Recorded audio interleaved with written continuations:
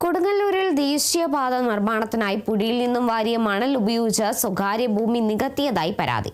കാവൽക്കടവിൽ സ്വദേശിയുടെ ഉടമസ്ഥതയിലുള്ള സ്ഥലമാണ് പുഴയിൽ നിന്നും ഡ്രഡ്ജ് ചെയ്തെടുത്ത മണൽ ഉപയോഗിച്ച് നികത്തിയത്.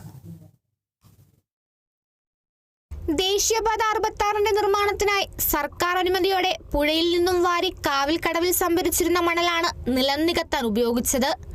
കോടതിയുടെയും കേന്ദ്ര പരിസ്ഥിതി മന്ത്രാലയത്തിന്റെയും അനുമതിയോടെയാണ് പുഴയിൽ നിന്നും ഡ്രഡ്ജർ ഉപയോഗിച്ച് മണൽ ഖനനം നടത്തുന്നത്. ദേശീയപാത നിർമ്മാണത്തിനായി മാത്രമാണ് മണലെടുക്കാൻ അനുമതി നൽകിയിട്ടുള്ളത്. മണലെടുപ്പ് അവസാനിപ്പിച്ചതിനെ തുടർന്ന് മണൽ സംഭരിച്ചിരുന്ന സ്ഥലത്തിന്റെ ഉടമ പുഴമണൽ ഉപയോഗിച്ച് നിലം നികത്തിയെന്നാണ് പരാതി. ശിവാലയ കമ്പനിക്ക് വേണ്ടി പുഴയിൽ നിന്ന് മണ്ണ് ഡ്രഡ്ജ് ചെയ്തെടുത്തിരുന്നു. അത് അവർ ബൈപ്പാസിലേക്ക് ഉപയോഗിക്കാനാണ് ചെയ്തിരുന്നത്. പ്രവർത്തനത്തിൻ്റെ ഭാഗമായിട്ട് ഈ സ്വകാര്യ വ്യക്തിയുടെ ഭൂമിയിലുണ്ടായിരുന്ന കുറച്ച് തോടുകൾ മൂടിപ്പോയിരുന്നു. അത് ഈ പണി കഴിഞ്ഞതിന് ശേഷം അവരത് വൃത്തിയാക്കി തരുമെന്നാണ് പറഞ്ഞിരുന്നത്. പക്ഷെ നാളെ ഇതുവരെയായിട്ട് അത് അവർ വൃത്തിയാക്കി തന്നിരുന്നില്ല.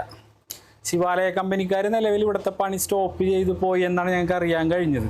10-20 ലോഡോളം മണ്ണ് അവിടെ ബാക്കി വന്നിരുന്നു.